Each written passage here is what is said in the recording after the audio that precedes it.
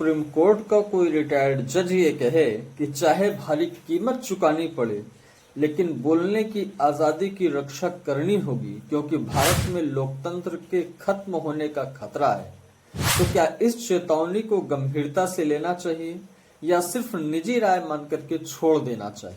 इस बार ये बात किसी साधारण नागरिक ने नहीं करी, विपक्षी दल के किसी नेता ने नहीं कही, किसी संस्था या संगठन के किसी सदस्य ने नहीं कही, उसके सुप्रीमो ने नहीं कही, बल्कि ये बात इस बार सुप्रीम कोर्ट के एक रिटायर्ड जज ने कही है जो लोकतंत्र और संविधान की हमसे और आपसे बेहतर समझ रखते हैं, और उनका नाम है अभय श्रीनिवास ओका। आइए ओका जी के स्टेटमेंट का विश्लेषण हम लोकतंत्र के उन आधारभूत तत्वों के आलोक में करते हैं या जिन तत्वों की उपस्थिति लोकतंत्र के लिए अपरिहार्य होती है। लोकतंत्र का पहला आवश्यक तत्व है रूल ऑफ लॉ, यानी कानून का शासन। कानून सभी के लिए समान हो, कानून के समक्ष सब समान हो, कोई भी कानून से ऊपर न हो, चाहे वो नागरिक हो या सरकार। कानून का राज होना चाहिए, पर क्या व्यवहार में ऐसा है, ये आप बताएंगे। दूसरा आवश्यक तत्व है स्वतंत्र एवं निष्पक्ष चुनाव, यानी एक नियमित अंतराल पर चुनाव होने चाहिए। चुनाव स्वतंत्र एवं निष्पक्ष होना चाहिए। मतदाता बिना भेदभाव के अपने प्रतिनिधि को चुन सके।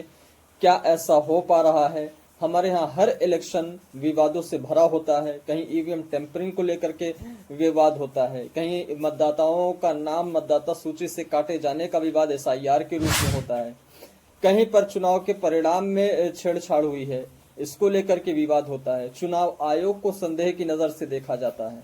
तो क्या ये जो स्वतंत्र एवं निष्पक्ष चुनाव लोकतंत्र का एक आधारभूत हिस्सा है, ये पूरी तरीके से हमारे चुनाव प्रणाली में मौजूद है? तीसरा आवश्यक तत्व है अभिव्यक्ति की स्वतंत्रता, यानी लोग अपनी राय का खुलकर इजहार कर सकें, सरकार की आलोचना कर सकें और मीडिया पर किसी भी प्रकार का अनावश्यक नियंत्रण सरकार का न हो।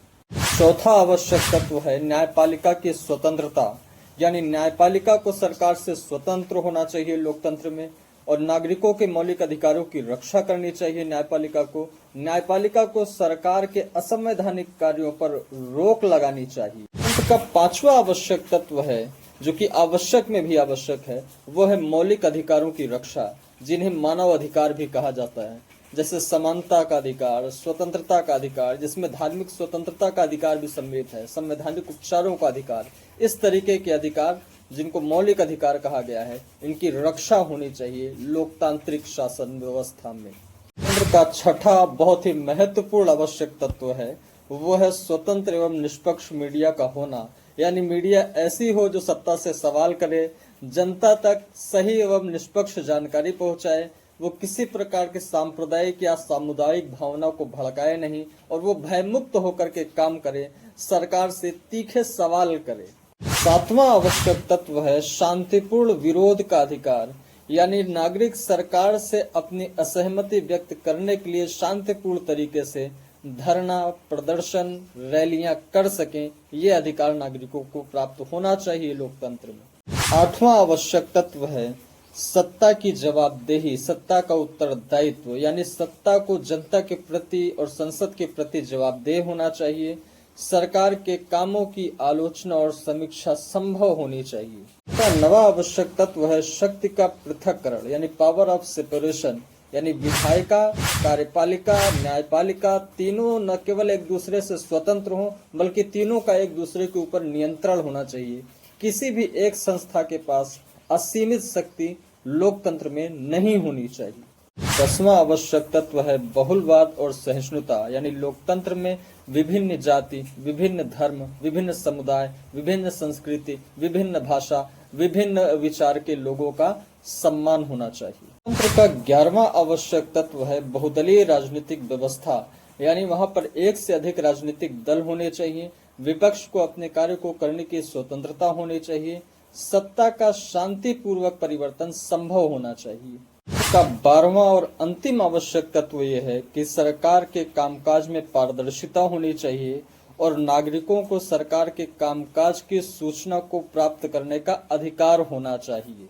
देश की शासन व्यवस्था में ये 12 तत्व नहीं पाए जाते, आप उसको लोकतांत्रिक नहीं कह सकते हैं। दुनिया में बहुत से ऐसे देश है जहाँ चुनाव होते हैं मगर वो लोकतांत्रिक नहीं है, जैसे रशिया। तो चुनाव होना किसी देश के लोकतांत्रिक होने का प्रमाण नहीं है। लोकतांत्रिक शासन व्यवस्था में 12 तत्व होने चाहिए। तो हमारे जस्टिस साहब ने जो बात कही है उसकी पड़ताल आप इन आधारों पर कीजिए और खोजिए कि क्या ये 12 तत्व, ये जो 12 चीजें हमने बताई हैं, क्या वो हमारे शासन व्यवस्था में इस वक्त मौजूद हैं या नहीं। अगर ये मौजूद हैं तो यकीनन हमारा लोकतंत्र ठीक है, स्वस्थ है, कहीं कोई दिक्कत नहीं। और अगर ये 12 तत्व नहीं पाए जा रहे हैं तो उन्होंने जो बात कही वो बहुत बड़ी बात कही। उन्होंने ये नहीं कहा कि लोकतंत्र को खतरा है, उन्होंने कहा लोकतंत्र के खत्म होने को खतरा है। यानी इसको हम एक एग्जाम्पल से समझते हैं, जैसे जब कम उम्र के बच्चे तेज गाड़ी चलाते हैं तो उनको बड़े बुजुर्ग मना करते हैं, आगाह करते हैं, सावधान करते हैं, चेताते हैं कि भाई गाड़ी तेज मत चलाओ, ये एक्सीडेंट हो जाएगा।